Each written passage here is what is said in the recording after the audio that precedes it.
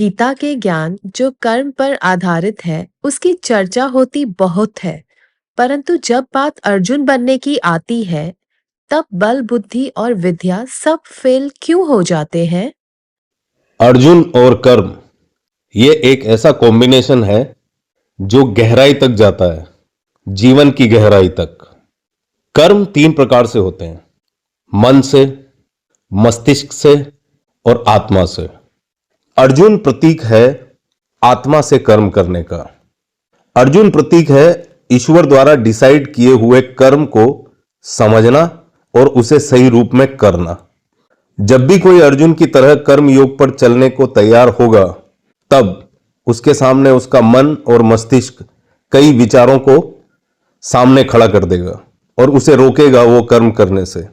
लेकिन अगर वो अपनी इच्छा शक्ति को, अपने आत्मबल को और अपनी आत्मा को मजबूत करके करेगा, तो वो मन और मस्तिष्क को पार कर पाएगा। जब भी कोई अर्जुन बनने की कोशिश करता है, तब मन और मस्तिष्क हजारों वहम पैदा कर देते हैं उसके सामने, ताकि वो कंफर्ट जोन से निकले ही ना। और ज्यादातर लोग इस जगह पर मन और मस्तिष्क की बात मानकर फेल हो जाते हैं। बहुत कम लोग ऐसे होते हैं जो अपने भीतर युद्ध करके सही अवस्था को प्राप्त होते हैं। एक बात ध्यान रखिए, रास्ता वही सही है जिसमें सोल इन्वॉल्व है। और सोल के रास्ते पर कदम कदम पर कठिनाइयां आएंगी, संकट आएंगे, परीक्षाएं आएंगी, लेकिन उन सबको पार करना ही अर्जुन का कर्म है। कई जगह अपनी इच्छाओं को कुर्बान करना पड़ता है सोल के रास्ते पर।